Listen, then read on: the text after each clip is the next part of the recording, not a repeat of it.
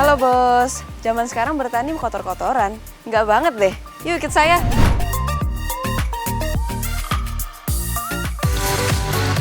Bos, salah satu hobi yang mulai dilirik banyak orang, apalagi ketika masuk masa-masa di rumah aja, adalah berkebun. Walaupun lahannya yang tersedia cuma sedikit, bukan berarti kita nggak bisa bercocok tanam loh. Karena banyak teknik dan metode menanam di lahan yang sempit, salah satunya ya hidroponik ini, bos. Yap, bener banget tuh. Hidroponik adalah metode menanam dengan memanfaatkan air tanpa menggunakan tanah, tapi tetap menjaga kebutuhan nutrisi tanaman. Jadi nggak usah capek-capek nyangkul atau kotor-kotoran lagi ya bos. Lahan pun bisa diatur. Ditumpuk ke atas jadi hemat lahan banget bos. Tapi namanya otak bisnis, jangan cuma jadi sekedar untuk mengisi waktu dong. Contoh nih Gracia yang memanfaatkan kegiatan bercocok tanamnya menjadi bisnis yang menjanjikan loh. Wanita kelulusan Universitas Seattle, Amerika ini yang mengambil jurusan manajemen bisnis dan entrepreneurship saat kuliah dulu. Meski lulusan luar negeri, Dese juga awalnya kebingungan bos. Mau kerja apa setelah lulus dan pulang ke Indonesia ya? Apalagi di masa pandemi seperti ini. Setelah kita balik dari Amerika, kita decide untuk kerja apa sih di sini yang enak gitu. Ada beberapa pilihan, kita mau coba udang, kita mau coba sapi, kita mau coba ayam. Tetapi dari segala macam riset yang telah kita lakukan, kita rasa hidroponik itu yang terbaik. Kenapa? Dikarenakan memang pangan itu akan selalu dibutuhkan oleh manusia. Tingginya minat akan sayuran sehat membuat Gracia tertarik dengan bisnis ini. Berbekal pengetahuan dari YouTube dan teman-teman komunitas hidroponik, akhirnya Gracia coba membuat mini greenhouse di pekarangan rumahnya. Trial and error ia lakukan selama kurang lebih 4 bulan demi mendapatkan sistem yang baik dan pastinya nutrisi apa sih yang pas untuk tanaman hidroponiknya.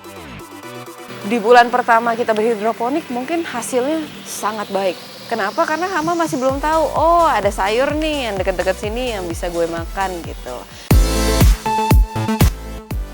Wah, ternyata menanam hidroponik ini tidak semudah membalikan telapak tangan ya bos. Hama memang selalu menjadi masalah utama yang dialami para petani ya bos.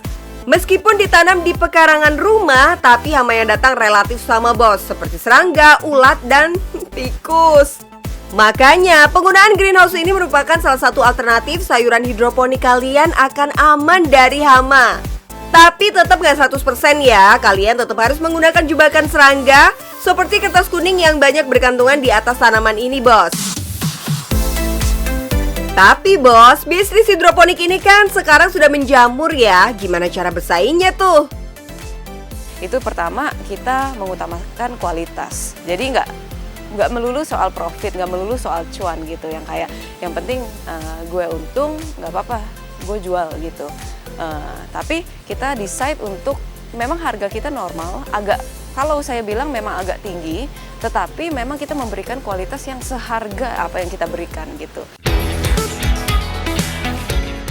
Tuh bos, dengerin, jangan takut pasang harga. Harga tinggi gak masalah, asalkan kualitas yang diberikan juga sesuai ya. Jangan ngadi-ngadi juga.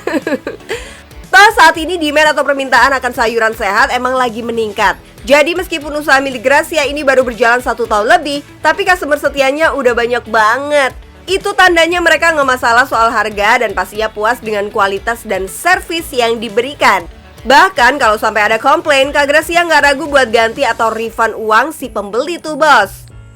Jadi kalau misalnya memang ada kekurangan sedikit pun, antara kita refund atau mungkin kita kreditkan di next order, atau mungkin kalau misalnya ada barang kita langsung kirimkan lagi gitu.